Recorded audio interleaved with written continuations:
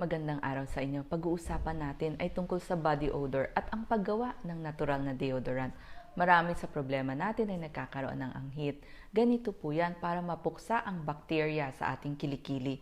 Kumuha po tayo ng cotton balls at 70% alcohol. Yan po.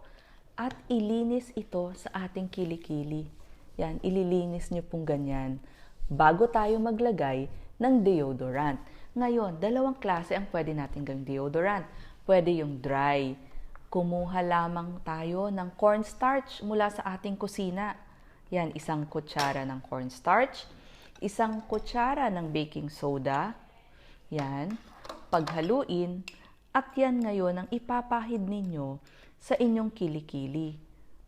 Ipapahid nyo para hindi mamamawis ang inyong kilikili.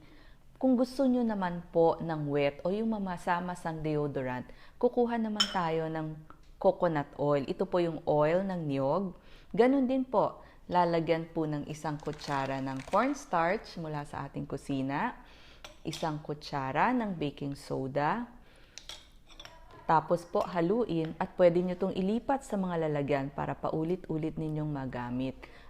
Nakita natin na itong cornstarch at itong baking soda ay nag-absorb ng moisture ng kilikili at nag-neutralize din ng acid. So sa ganitong paraan, maiiwasan natin ang body odor o yung anghit. So sana po nagustuhan nyo itong mga ginawa nating natural na paraan. Salamat po.